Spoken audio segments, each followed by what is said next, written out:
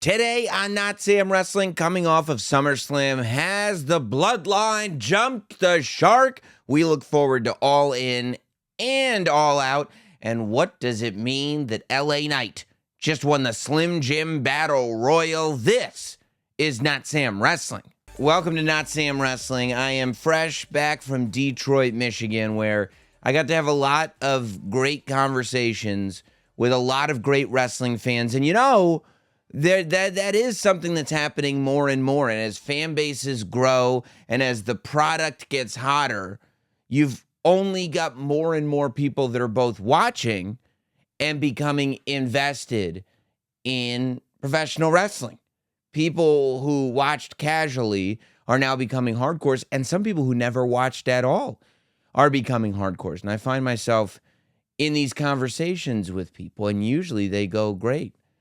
But I think that we've created just the greatest set of rules here at Notsam Wrestling that any wrestling fan should abide by. I feel like if any of these rules are broken within the context of a conversation about the king of sports entertainment, well, then that's not a conversation worth having. I'm talking about, number one, speculate wildly.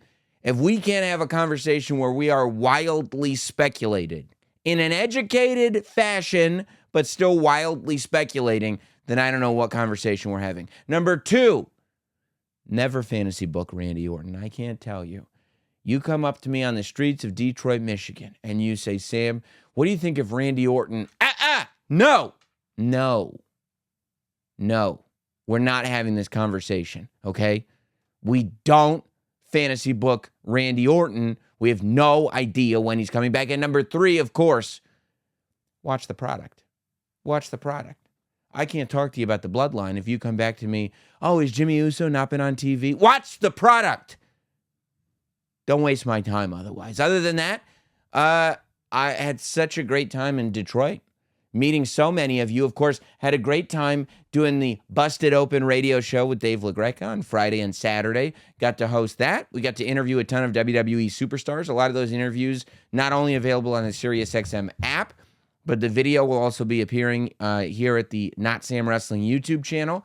Also, of course, did the live Notsam Wrestling show. And I got to thank so many of you for coming out to the live Notsam Wrestling show at the House of Comedy in Detroit.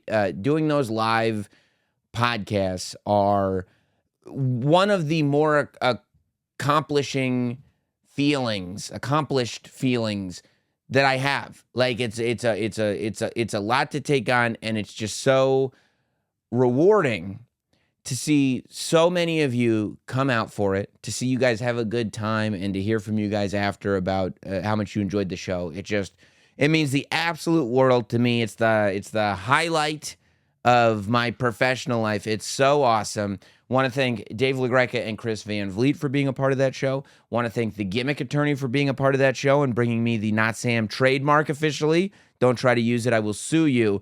And of course, want to thank the WWE for sending Riddick, the former Madcap Moss, over to the Detroit House of Comedy to be a part of the live Notsam Wrestling podcast. And that interview with Riddick will end up here on the podcast and on the Notsam Wrestling YouTube feed, because it was really a great conversation with a guy who is incredibly interesting and hasn't had a ton of opportunity to tell his story. But the reason that we were all in Detroit, believe it or not, was not the live Notsam Wrestling podcast. Well, there was a couple that was just coming to the live podcast and then going to watch SummerSlam on Peacock. But for the most part, the reason that we were all in Detroit, the reason I did a live podcast in Detroit, is because SummerSlam was in Ford Field. Of course, Ford Field, the same spot where the WWE did WrestleMania 23 way back in the day. And it was really cool seeing all in the Slim Jim Battle Royal, as a matter of fact. Both MVP,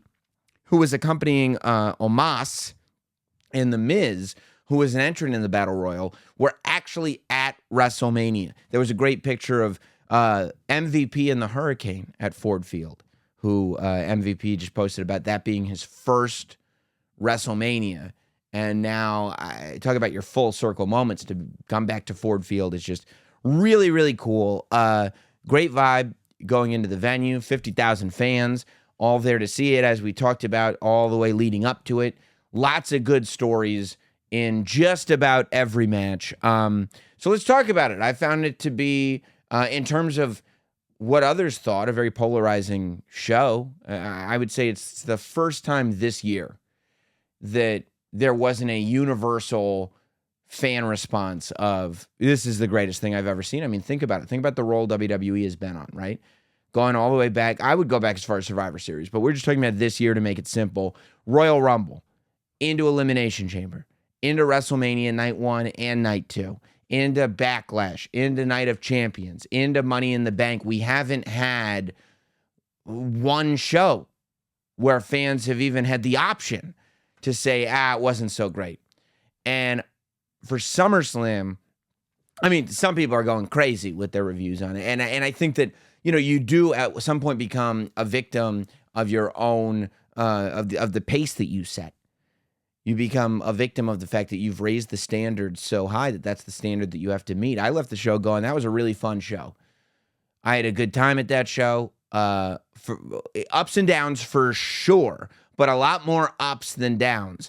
And let's talk about those ups and downs, right? I would say that the opener was a clear up. Logan Paul and Ricochet. I think Ricochet rose to the occasion. I think you had some great moments to the point where it was effective for two reasons. Number one, Logan Paul as a villain got a victory. And you got to have Logan Paul. This is Logan Paul's fourth singles match. And he's only 2-2 in singles matches. He beat The Miz, lost to Roman, lost to Seth. He's got to start racking up victories because otherwise you can't be a cocky heel that loses all the time.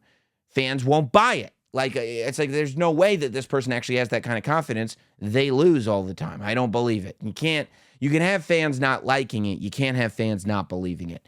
And then the second part was, of course, to get his ass in them headlines for both the sake of Logan Paul and for WWE. I mean, the fact that Logan Paul wrestled the opening match, won it, jumped on a private jet, got to ringside for his brother Jake Paul's fight with Nate Diaz later on in the same night and left his gear on.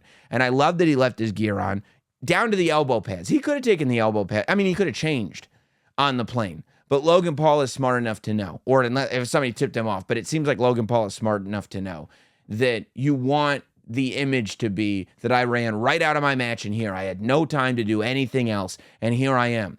And it's great for WWE because when you've got Jake Paul and Nate Diaz, you've got an entire audience, especially on that same Saturday. Clearly, there's a giant audience that is not watching WWE. Why is Logan Paul dressed like that? Why does he look sweaty and have neon yellow all over his body? Well, because he just came from SummerSlam. Oh, really? And then you click on the Twitter and you look for the clips and you look for the GIFs and you look for the memes, and there's all memeable moments.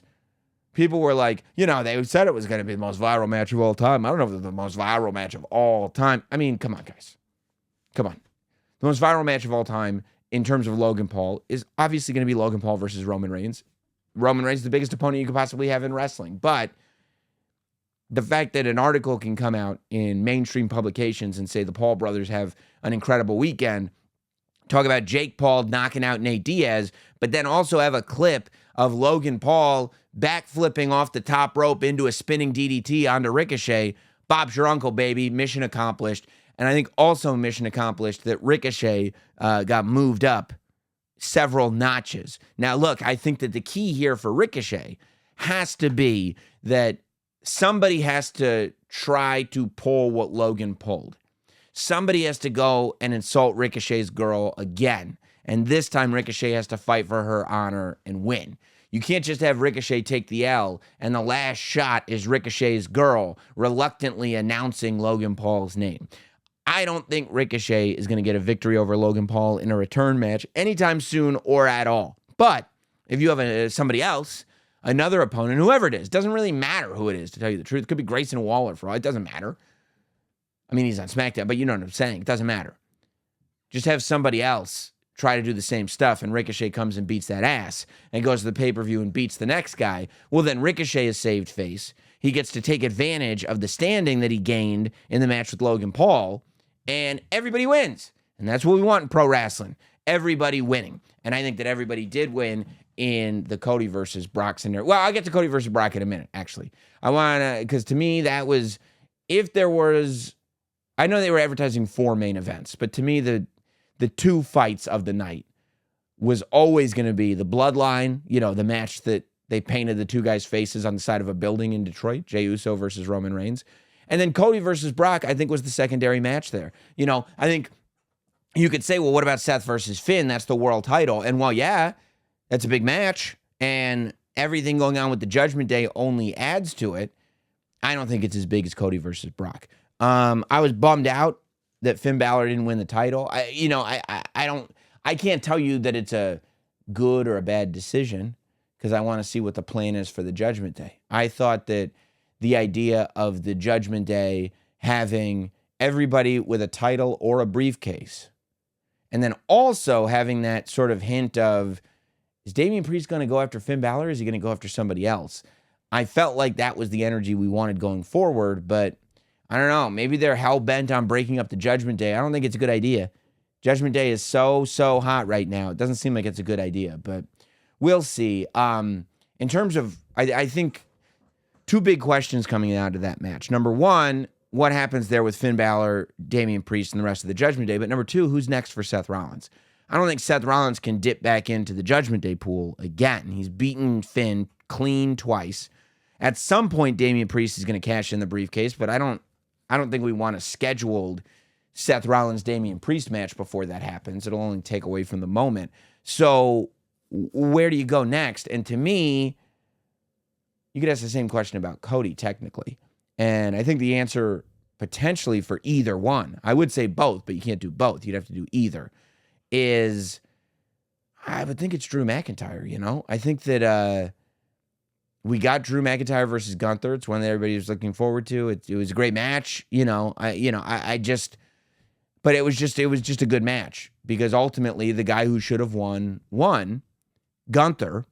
And I don't know that it did anything more for Drew McIntyre. And the fact that it didn't do anything more for Drew McIntyre maybe tells us that in the incarnation that Drew is in right now, the character that Drew is in right now, that maybe that's it for now. We've hit a wall. It's time to do the old refresh ski. And I think that it is time for Drew McIntyre to play up the fact that he lost his moment, to play up the fact that he carried this company on his back during the pandemic era, which really MVP could say the same thing. But Drew McIntyre could say he carried the company on his back during the pandemic era, that he was Seth Rollins. He was Cody Rhodes before the pandemic started. He eliminated Brock Lesnar from the Royal Rumble. He won the WWE Championship at WrestleMania. This was his time. And he didn't get to have any of his moments in front of fans past the Royal Rumble. And he hasn't had that moment since.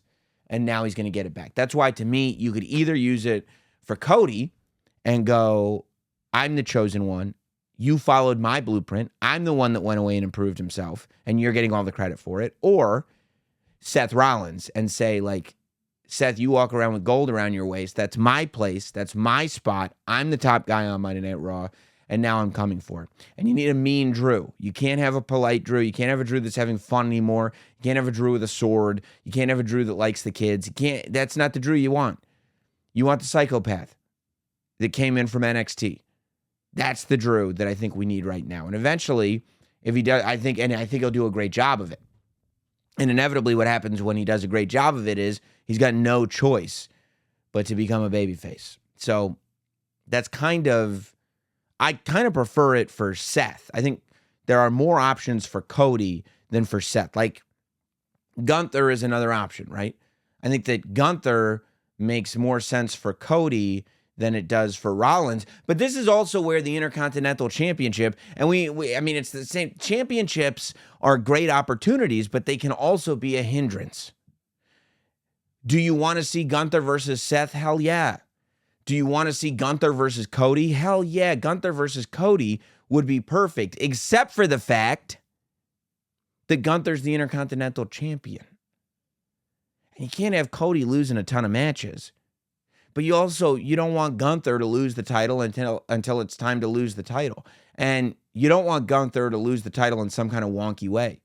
You almost want him, I mean, it'd be interesting if he got right before the Honky Tonk Man's record and then lost it. But you almost want him to lose it somehow. And then right after that, start his rivalry with Cody Rhodes. Right? Because I think that, it's got to be similar to Brock in the sense that Gunther would have to be an insurmountable hill to climb. But as long as he's got the Intercontinental Championship, because it's got to take Cody more than a month to beat Gunther. So then we're looking at October, November, and Cody's winning the Intercontinental title from Gunther. If Cody's the Intercontinental Champion at Survivor Series, when are we going to finish this damn story, for God's sake? So I'm not sure. It'll be interesting. We did, speaking of title changes, see, of course, 2 women's championship title changes. Bianca Belair winning the triple threat, which I didn't necessarily see coming. And then Io Sky cashing in her briefcase, Damage Control at her side. Poetic as it was, a year ago at SummerSlam 2022, Damage Control made their return to the WWE, or I guess their debut as a whole, but it was Dakota and Bayley's return and Io's call-up, I want to say.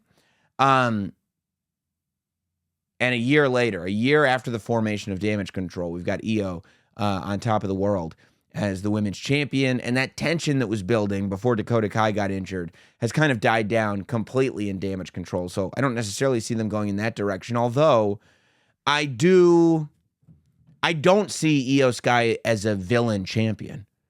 I don't see Io Sky not getting supported by the WWE Universe. So I do feel like, I mean, think about who her opponents could be, right? It's like whether she's in the ring with Charlotte. Charlotte's getting booed. Io's getting cheered. Bianca. Io's getting cheered if she's in the ring with Bianca. Like, I can't think of anybody who Io would get in the ring with that Io wouldn't be cheered. So I don't know if you do a double turn. I don't know if Bianca finally gets a heel turn. Bianca is also like getting pulled in a lot of directions in terms of sponsorships.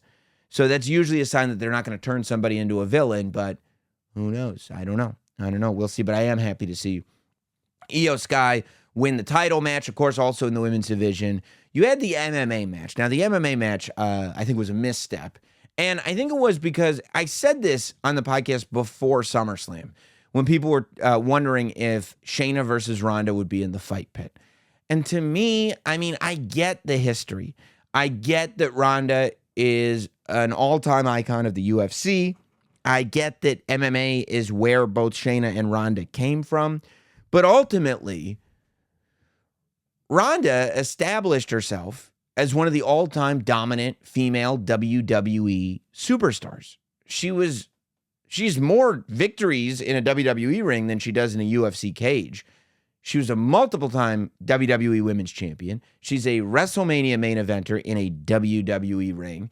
So the idea that you wouldn't just have a straight-up match to prove the point, right? Like, it's like if you're going to finally give somebody that victory over Ronda and give them the rub, I never was a fan of doing it in a fight pit or in any, just do a match. I always just thought no stipulation match was the way to go. And instead, they did an MMA match, which I didn't know what it was, and I don't know. Like, here's the thing.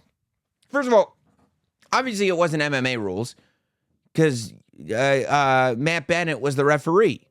Bennett doesn't know any MMA rules. He's a wrestling referee. But more importantly than that, it wasn't divided into rounds. There weren't judges. They weren't going by knockdown rules. It was not clear what the rules of the match were. Moreover, I personally believe that while there is crossover between wrestling fans and MMA fans, people go to SummerSlam because they want to see pro wrestling. People go to UFC 291 because they want to see UFC. It's two different things. And I thought that the MMA rules match looked like a real fight, but nobody watches pro wrestling to see a real fight. People watch pro wrestling to see pro wrestling. They want it to look like pro wrestling. That's why we watch. If we wanted to watch a quote-unquote real fight, we would turn on a quote-unquote real fight. People pay a ticket to see pro wrestling. That's what they want to see is pro wrestling. And it gets confusing if it's not pro wrestling because it's like, what are you doing? They said in the Bash at the Beach, Dark Side of the Ring, if you confuse them, you lose them. And unfortunately, for a better part of the match, I thought that the audience during the MMA Rules match was confused. I was a little confused.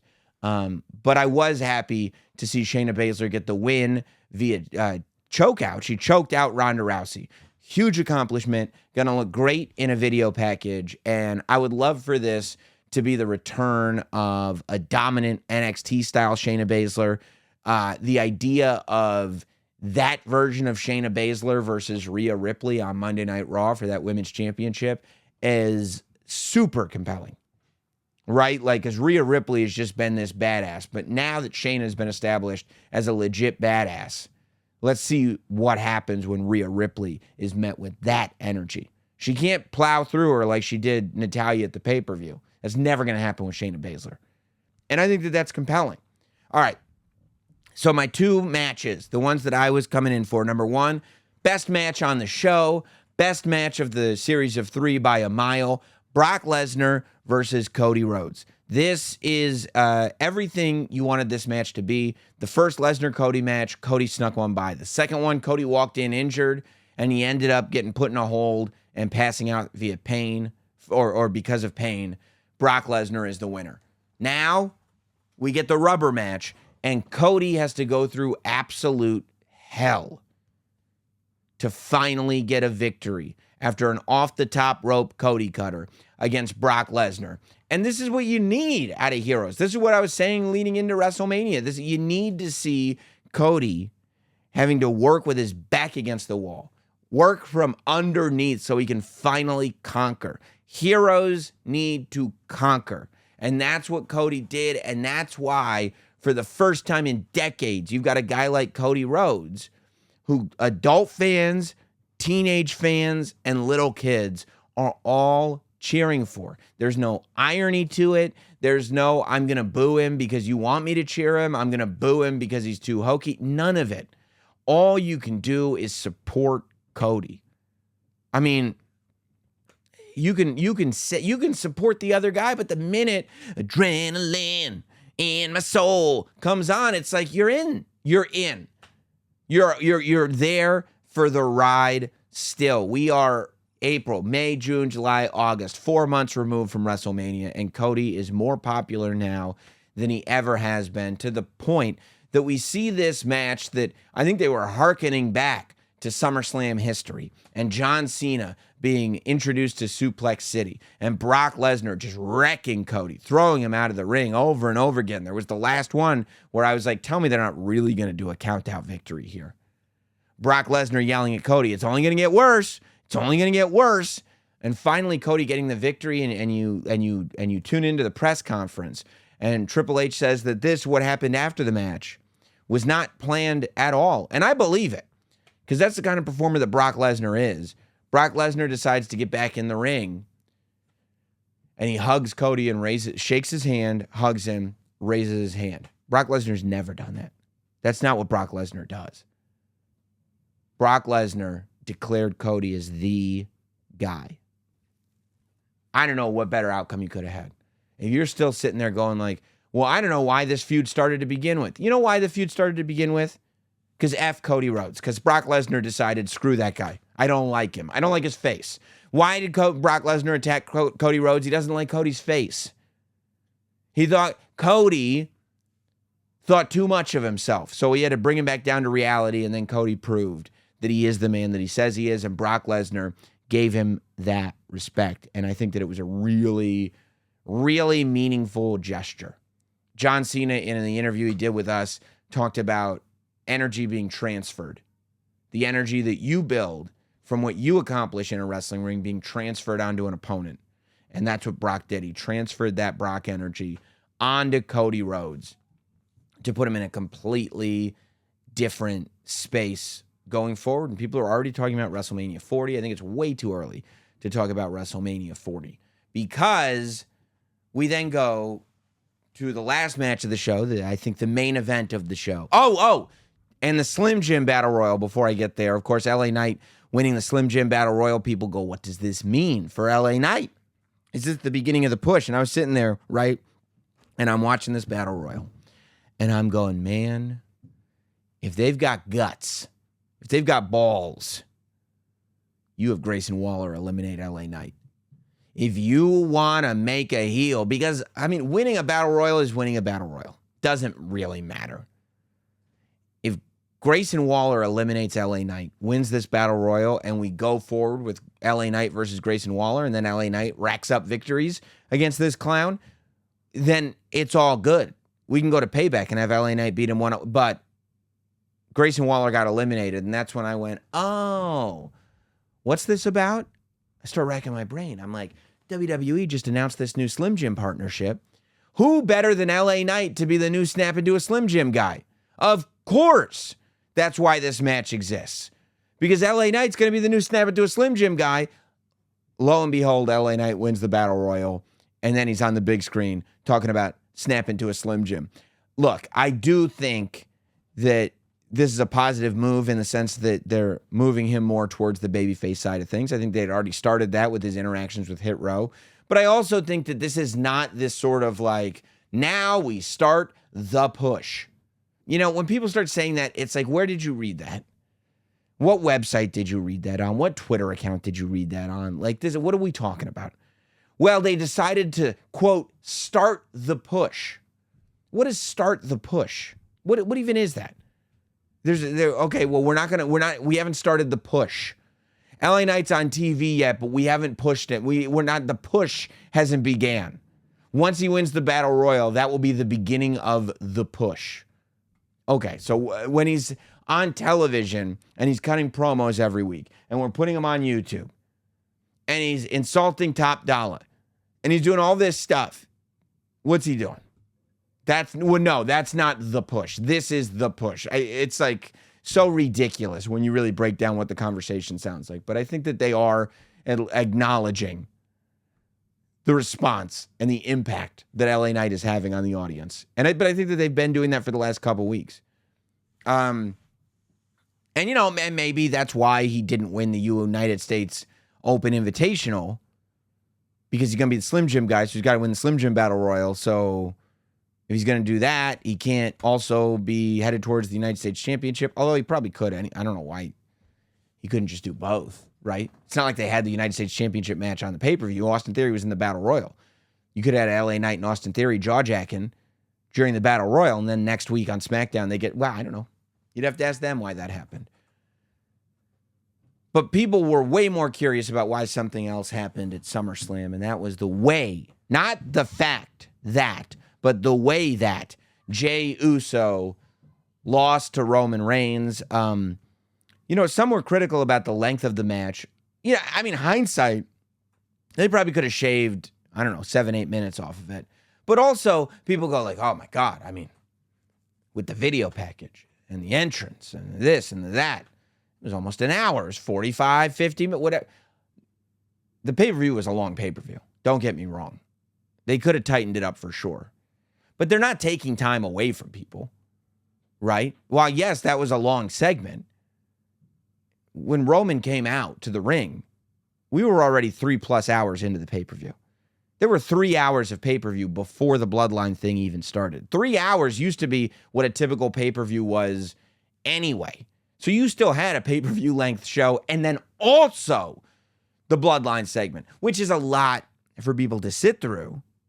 But, I mean, it's also not unprecedented, right? I mean, it's not like this is the first 4-hour pay-per-view. So I think that I don't know about tribal combat, I enjoyed the match thoroughly. I thought, here's where the match was extremely successful. Number one, built more tension between Solo and Roman. Number two, obviously illustrated the extreme division at all points in the Bloodline family. But number three, and I think that this is why the match was as long as it was, by the end of the match, Jey Uso completely looked like a guy who could beat Roman Reigns. I think that the point of the match, by the third act of the match, was for fans in the building and watching at home to get so lost in it that you go, oh my God, 1, 2, ah! And you're buying every single near fall. And you were. By the end of it, Jey Uso looked like $1 million. He had gone through this entire war and was somehow in this position where he's fighting off Roman Reigns and Solo Sikoa like pretty much nobody we've seen do before. Jey Uso looked like $1 million, and the crowd was into everything that he was doing by the end of the match. And that doesn't happen in a short match. That doesn't happen if you don't give it time to really build. That doesn't happen if you're not sitting there telling the story beat by beat throughout. Jey has to really just be dragged through it by Roman Reigns. And then have Solo come out and be added to it. Now, at one point, I believe they said that family could not interfere in tribal combat, but I don't know. Maybe that'll be addressed later or not. But once Jey took that long beating from Roman and then took those shots from Solo, now it's so much more meaningful when Jey mounts his comeback. And I think that that's why the audience was so into it. Of course, the match ends with Jimmy coming out, a hooded figure, interrupts the 3 count, and it looks like Jey is going to be the tribal chief, the universal champion. And Jimmy comes out, he interrupts the count, exposes himself, takes off his hood and his mask, and there he is. Jimmy Uso has turned on Jey.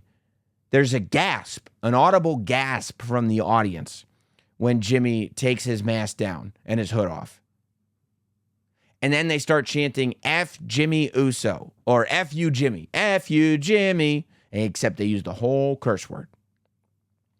And then Jimmy hit him with that big super kick, laid Jey out, left as Jey is finally getting to his feet, trying to figure out what just happened. Roman is able to hit him with the spear and knock him through the table. 1, 2, 3. Now, I was kind of surprised by the reaction online, right? Because if you just pay attention to the reaction in the audience in Detroit, the reaction, I rewatched it on Peacock just before I came down to record this, just to see how it came across. The audience was into everything. When you go back and watch that later, you're not going to watch this moment where it's like, oh, that didn't work, right? When Roman Reigns won the Royal Rumble back in the day in Philly, and it didn't work, that's like a classic clip. The Rock is confused, looking at the audience as they're booing Roman Reigns. The audience tells you what's going on. At SummerSlam, the audience told you what's going on. They were shocked that Jimmy Uso interrupted the count, and they were furious that Jimmy Uso stopped his brother from winning Tribal Combat, the head of the table, and the WWE Undisputed Universal Championship. Now, of course, I'm sitting there going, I don't understand why this happened, right? I mean, Jimmy turned on Roman first. You could say, well, Jey came in and took glory while Jimmy was injured, while Jimmy was out of action, but that's not really what happened. And Jimmy turned on Roman before anyone. I mean, maybe did Jimmy ever beat up Solo? Maybe because Jey beat up Solo? I don't know. But the point is, I'm sitting there going, I'm not sure why this is happening. But there is a credit system that is built in storytelling. It's not like buying things, buying a house. If you want to buy a house, if you want to buy a car, the bank, before they give you a loan, is going to check your credit. They're going to check to see, when it comes to getting loans, are you good at paying them back or are you bad at paying them back? And if you're bad at paying them back, they're going to go, we don't have faith in your ability to pay back this loan, so we're not going to give you the money. But if you're good at paying them back, then they're going to go, you know what, we have faith. We don't know if you're going to pay this loan back, but we have faith based on your history, based on what you've done, So we'll give you the shot. We'll go ahead and yeah. We're going to give you the loan. In storytelling, I think that you have to go by the same science.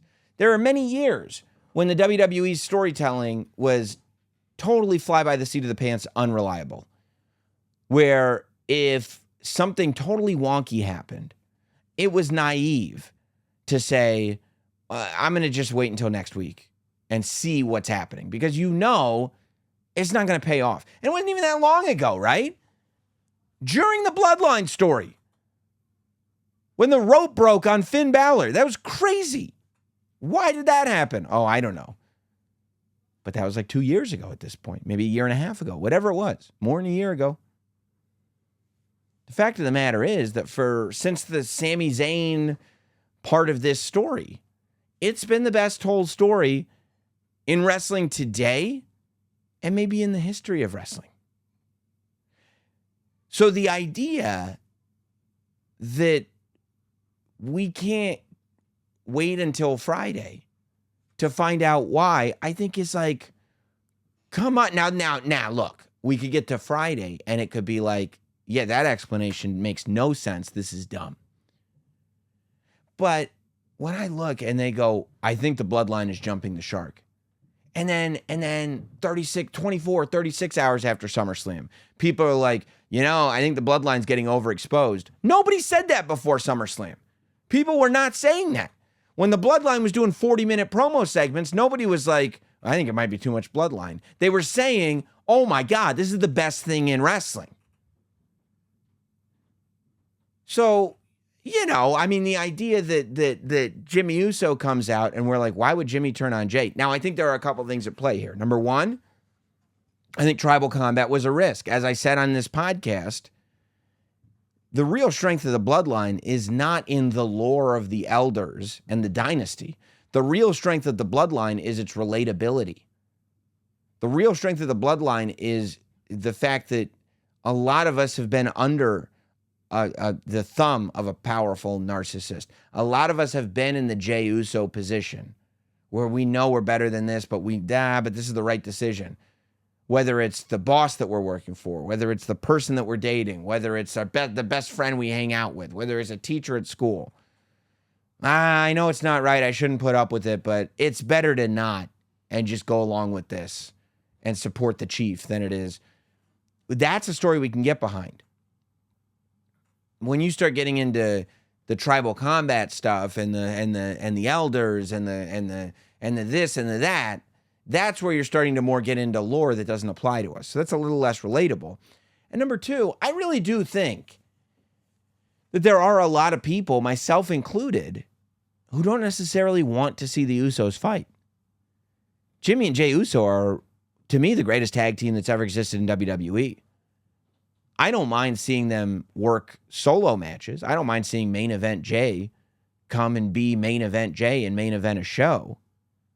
But if you told me that the Usos were never going to break up officially and never going to fight each other, I'd be totally fine with it. The New Day, I don't think the New Day would benefit at all from ever having a rivalry with each other. If Big E were to come back from his injury, everybody would be thrilled. If he came back from his injury and attacked Kofi Kingston and had the New Day explode, I don't think people would be into it. People like the team better than that. And that's the whole thing with the Bloodline, right? When you look at the Bloodline, it's like people love that group together. You almost don't want to see it breaking up. I still, like, for me, my preference in the whole thing would be that we're clearly going to get some kind of Jimmy Uso versus Jey Uso. It seems like we're headed in this direction of a fatal four-way with Roman, Solo, Jimmy, and Jey. I really would love to see, just at the point of the Bloodline completely disintegrating, a force from the outside come in and threaten the Bloodline and see the Bloodline reunite. Throughout this whole story of Roman versus Jey, Jey has said things like, "Your family, so I can forgive you." Right? This idea that they are still family is still key. Roman doesn't treat Jey like he treats any other opponent. Jey doesn't treat Roman like he treats other opponents. It's not like, this isn't like when Sammy and Roman were feuding. Jey and Roman feuding is a completely different story. And he said the same, Jey has said the same thing to Solo Sikoa. I would like to see, just at the point of no return, something come in and threaten the bloodline and the unit reform and grow stronger. I don't know that that's where it's going to go, but I think it would be the most interesting thing.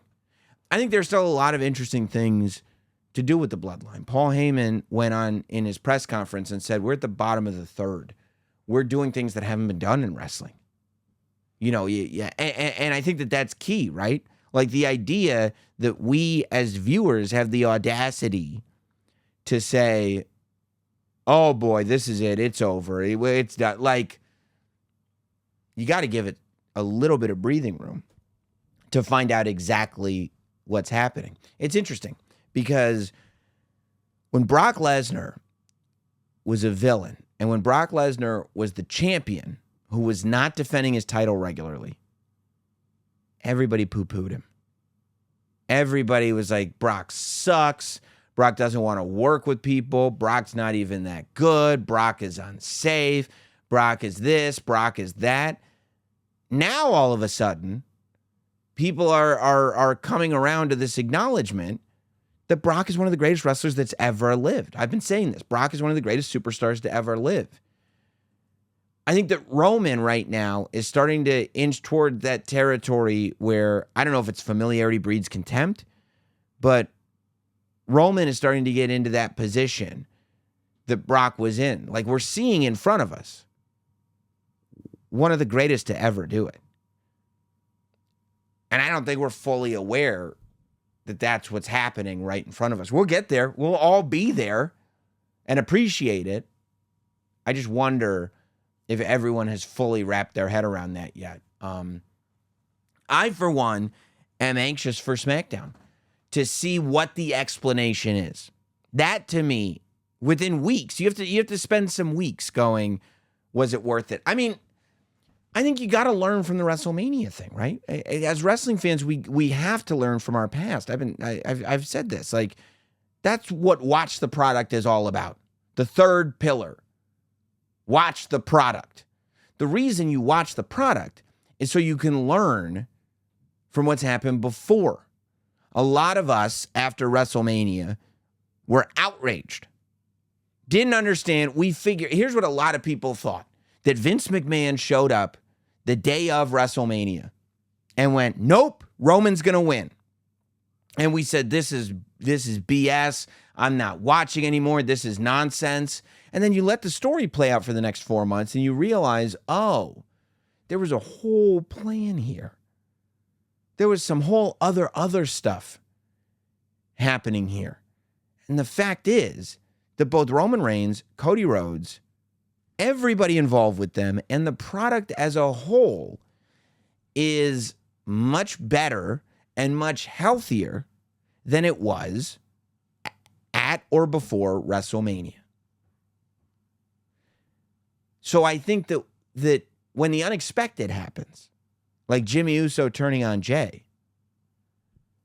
just because we can't exactly explain it, and just because we can't figure out exactly where it's going right now, doesn't mean that based on what we've seen over the last year, we can't give them that credit for their story and say, okay, I don't know what you're doing, but I'm going to let it happen. I'm going to see. Okay, I don't know. I don't know about this, but I didn't know about the last thing, and you proved me wrong. So I'm going to see. I'm going to see what you got for me with this Jimmy thing. There are certainly ways that it could go well, obviously. So I'm going to see, and I'm going to get back to you. We should know within a couple weeks where it's going and if it was the right call. But that's a couple of weeks away. That's not today. So that was SummerSlam for me. I thought it was a lot of fun. I had a lot of fun watching it, and a lot there to unpack. A lot to unpack. I'm really interested to hear what you thought of it. You can leave your thoughts either in the YouTube comments or the Apple iTunes reviews or wherever you want to leave it. I just like to read it. I like discussion. I like wrestling discourse. That's what Notsam Wrestling is all about, after all. Speaking of conversation, big news on the AEW front. Of course, the Elite officially re-signing. It was announced by AEW that Nick Jackson, Matt Jackson, the Young Bucks, Hangman Adam Page, and Kenny Omega had all re-signed. I don't think that they specifically said how long the Elite had re-signed for, but the E in AEW remains with AEW for the next however many years. It's an official re-signing. And I think that that's really good. I think that as great as WWE is getting right now, part of the reason, and this is what we said at the beginning of AEW launching, is that there's competition, that the industry as a whole is healthy. And you want AEW to be as good as possible. Number one, it's going to make WWE better, but number two, it's just more great wrestling shows for us to watch. And I think that it also is a solid note that some of the most important people in the company are going, no. There's still growth here. There's still work to be done, and there's still good things that are happening here that are going to continue to happen here. When you look at guys that have options and they choose one over the other, it makes you go like, okay, there's stuff going on. And that's a good thing. One of the things going on at AEW is, of course, the big Adam Cole MJF story that we've been talking about a lot here on the show. Certainly my favorite thing right now in AEW is that story. I thought MJF's promo was great on Dynamite. Great promo. And it did build to finally announcing the main event for All In is going to be Adam Cole versus MJF. And what right now is a babyface versus babyface scenario. MJF comes out and tells the audience about growing up and being bullied, and he attributes really most of his heelish ways to a defense mechanism, to the fact that, look, I was bullied as a kid, and this is what I did to cope. Talk about the anti-Semitism that he faced, the quarters being thrown at him. And Adam Cole comes out, and he goes, I'm not going to give you a match. No. I'm going to give you the match. And because he and Adam Cole have bonded so tightly, even though they didn't win the tag team championship, they're headed to All In as best friends to compete for the AEW championship. Now, a lot of people are of the belief that this is where Adam Cole should turn on MJF. It's really interesting, and I'm with it.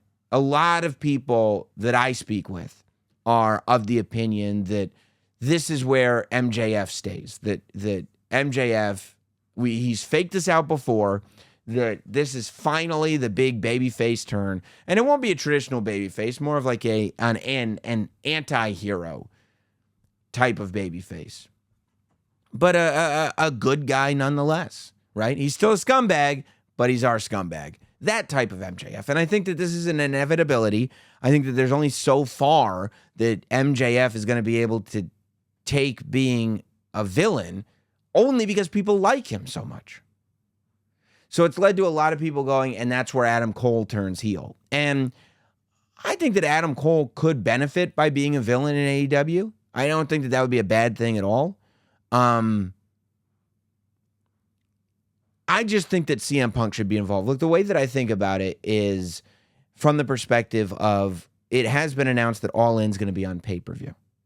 So as I've been saying the last couple weeks, you need a main event for All Out as well. Something's got to happen at All In that's going to lead us to buying a pay-per-view the next week.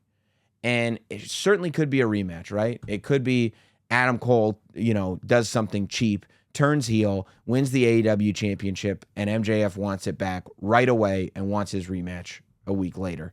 But I kind of feel like a CM Punk heel turn is inevitable. And I know I've talked about this before, but CM Punk even doing the Hogan stuff in his match with Ricky Starks, it's like the idea that CM Punk is playing a Hogan type person and beating Ricky Starks on television, who is this young up-and-coming guy that deserves the spotlight. I feel like they're throwing it to us. Like, he's going to turn heel. I also think at this point in his career, CM Punk would be a great villain. And I just feel like there's a reason that the fact that there are 2 AEW champions hasn't even been broached.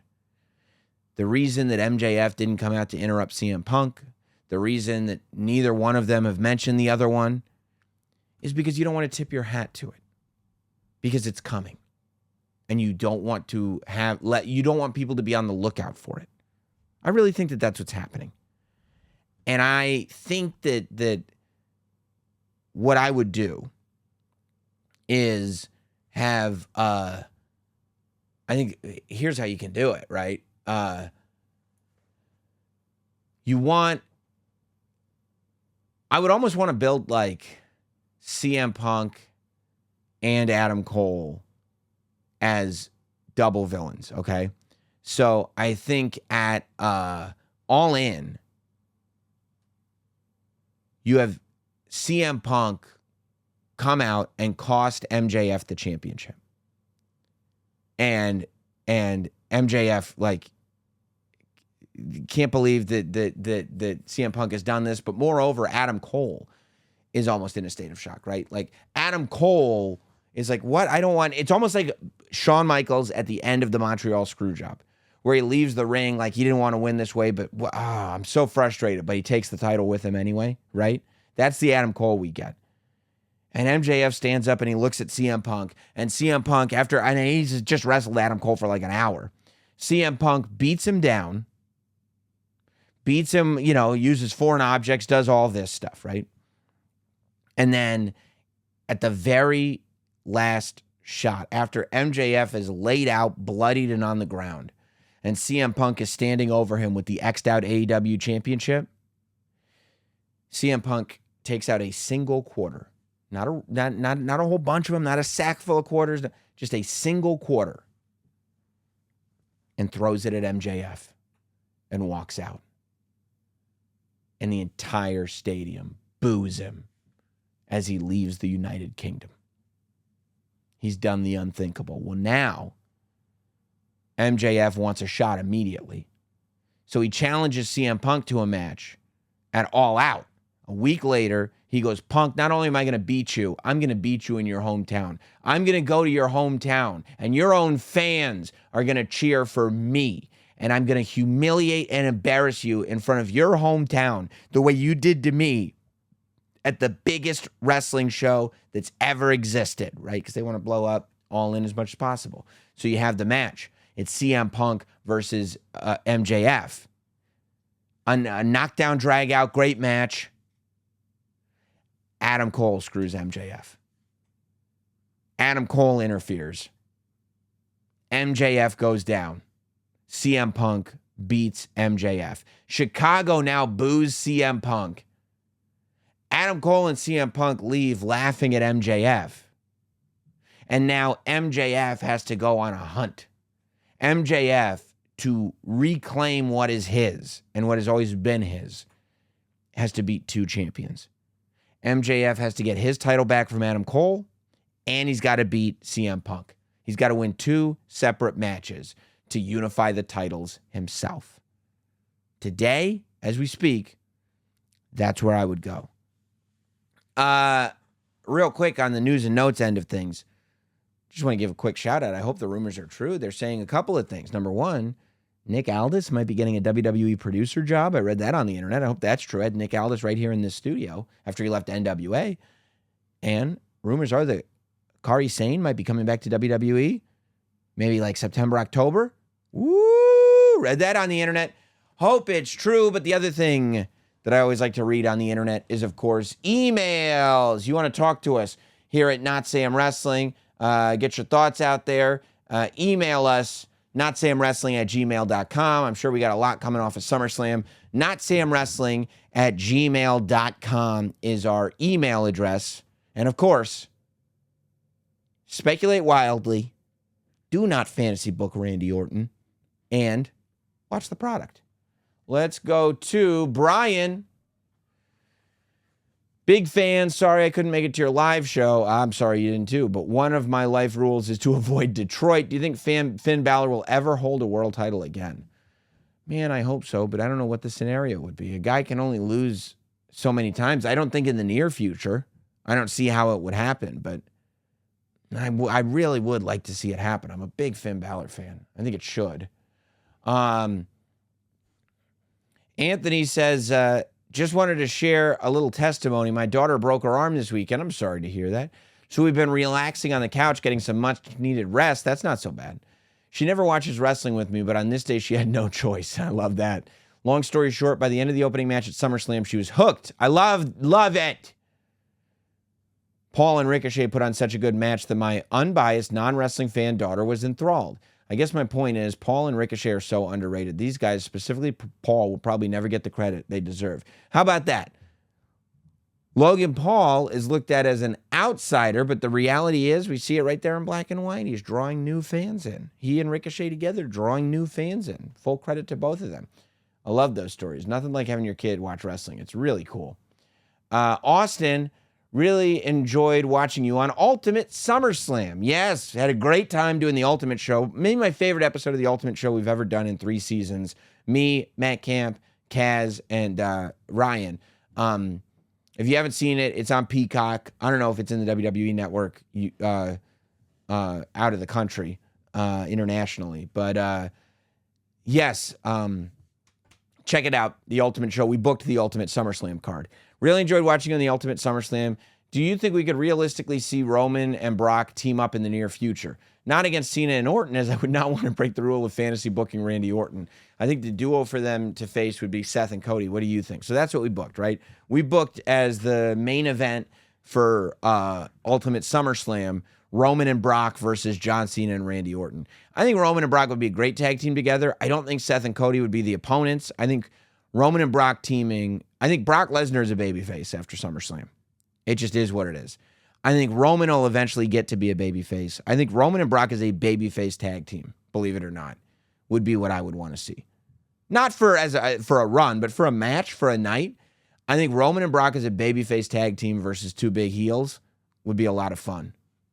Roman and Brock versus like Solo and whoever. A heel Drew McIntyre or something like that would be a lot of fun. Kanjay, I love your podcast, but I noticed that you say that the Money in the Bank win is not the star-making moment. The cash-in is. No offense, but I think you're wrong. Yeah, right. I think you're wrong. It's the title reign, or in the case of Edge and CM Punk with their feuds with Cena and Hardy, the story that matters. No. Just look at Jack Swagger or The Miz, whose reign led to WrestleMania. You hate with the trash ending. I'm not crazy, right? No, of course you are. It's the whole point is the moment that they get. Not everyone has worked, but what makes Dolph Ziggler's Money in the Bank victory so important is his cash-in. He didn't even have a run as champion. He got injured like immediately, but the cash-in was everything. You know, Rob Van Dam, nobody remembers him winning the briefcase, but everybody remembers him beating John Cena at ECW One Night Stand. He didn't hold the title for any amount of time. He got suspended. To me, the value for a person is when they cash it in, not the reign. The reign, I'm not saying the reign is part 2 of the story, right? A good reign is only going to add to the story. But there are plenty of examples of not great reigns. But, I mean, even the Miz thing, right? The Miz's reign was terrible. It was a horrible reign as champion after he won the Money in the Bank briefcase. But the cash-in and the lead there was, you know, he wrestled like Jerry Lawler, and then he had a bad main event with John Cena at WrestleMania 27, and then he lost the title. So, like, it wasn't a good reign, the first one. But when he cashed it in and we got Angry Miz Girl, it made him. Made him. It's the cash in, bro. I was right. Ultra Boy, Finisher Mount Rushmore. I know for sure that RKO and Stunner are absolute must, but here's what I'm also thinking. The Tombstone, Atomic Leg Drop. Come on, you literally said the finisher Mount Rushmore, and then you sent like 15 different finishers. Like, what even is this? You want me to do a whole episode? I'm trying to read an email. Avery, hey, Sam, I just got done watching SummerSlam. I no longer understand the Bloodline story. I think that a lot of people were in that boat. Why would Jimmy turn on Jey if Jimmy wanted to take down Roman Reigns in the first place? But I guess we know the main event to Payback. Look, first of all, to write an email, I like the opening line. You're lucky I like the opening line because clearly I'm going to talk about that on the podcast. But that goes back to it. I have no idea why Jimmy would turn on Jey. But I'm willing to hear him out. I'm not going to sit there and go like, this doesn't make any sense and it's dumb. I don't know if it's dumb yet. A lot of people will tell you it's dumb. We don't know if it's dumb. Let's wait and find out if it's dumb.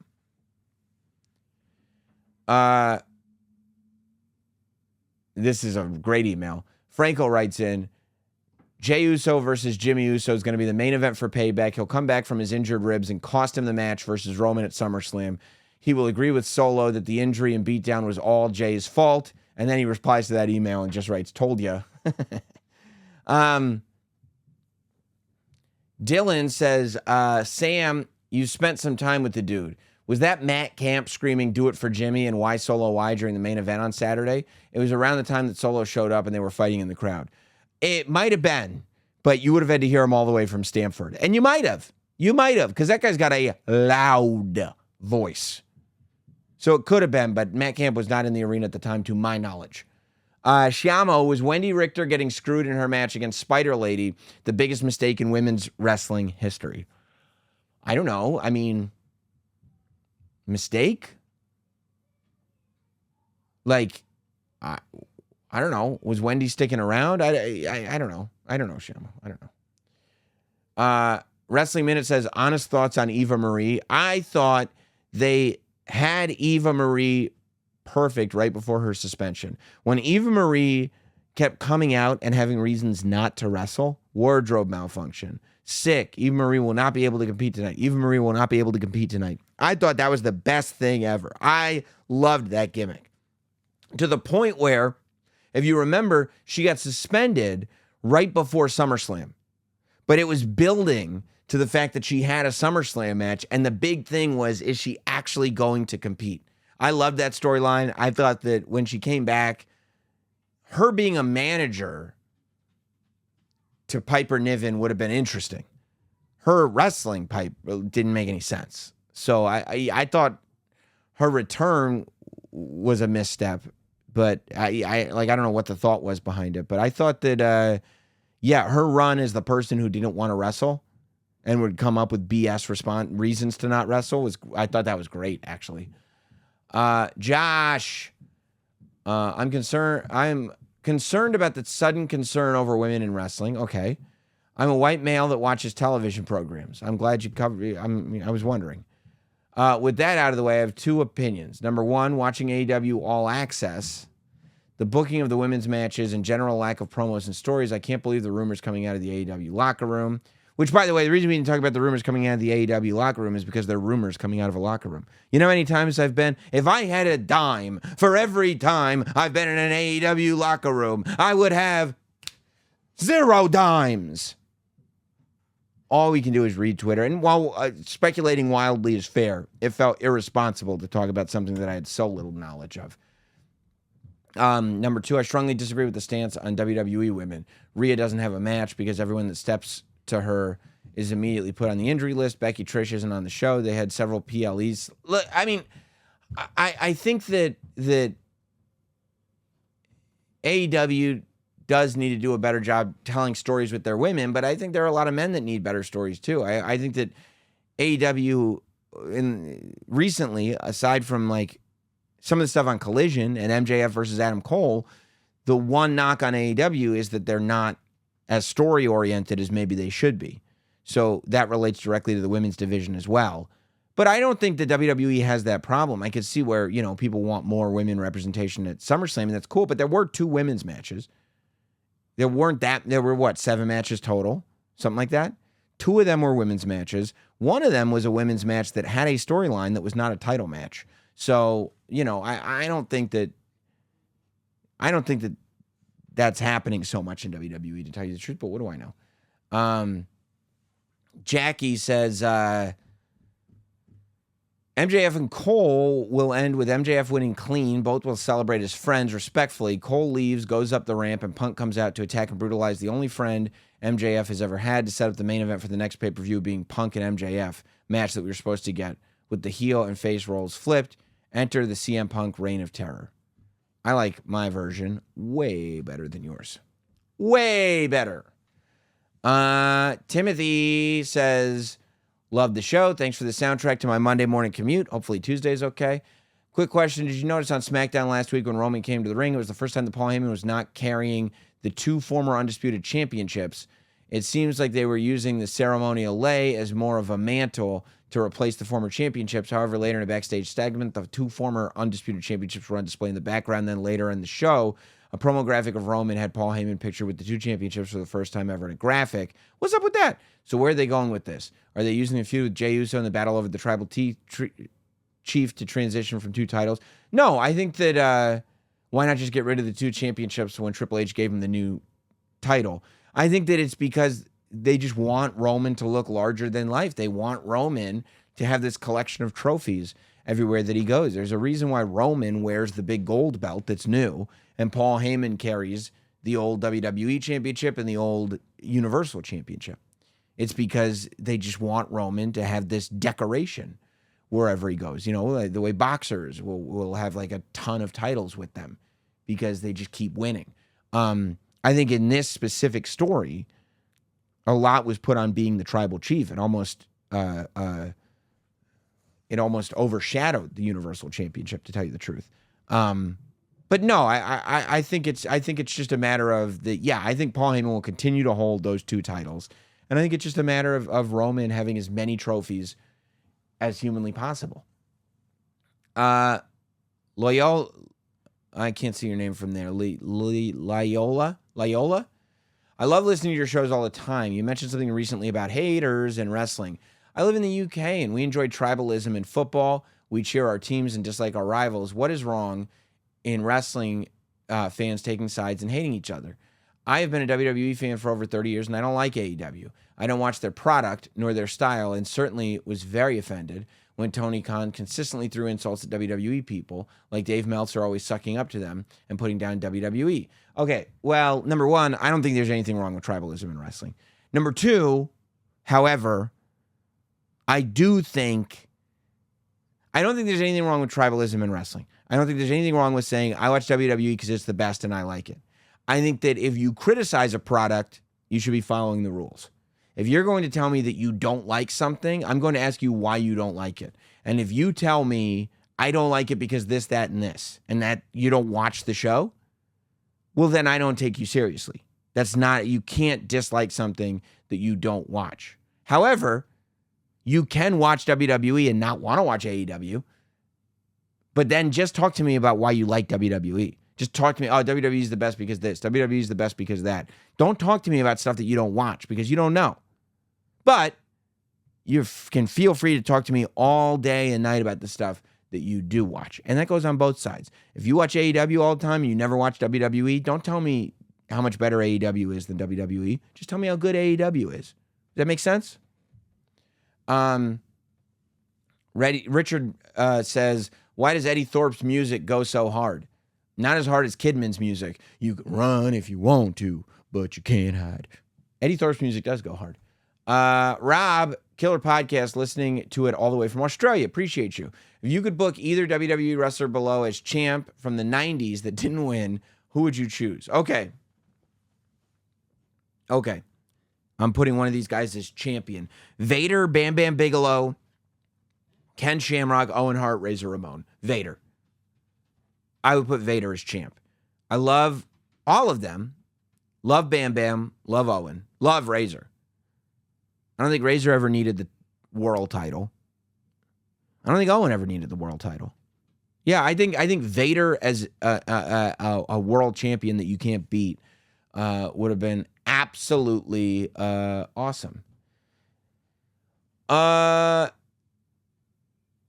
All right, that's it. That's it. I'm not going any further. We've had some great emails. I don't want to mess it up. So we're going to end it there. I appreciate all of you. Don't forget to subscribe to the Notsam Wrestling YouTube channel. You can listen to the show on Apple, on Spotify. If you're listening on Spotify, leave a rating. If you're listening on Apple, leave a rating and a review. If you're watching on YouTube, leave a comment, hit like, subscribe, turn your notifications on, watch another video on the channel. Enjoy yourselves. We'll see you next week here on Notsam Wrestling.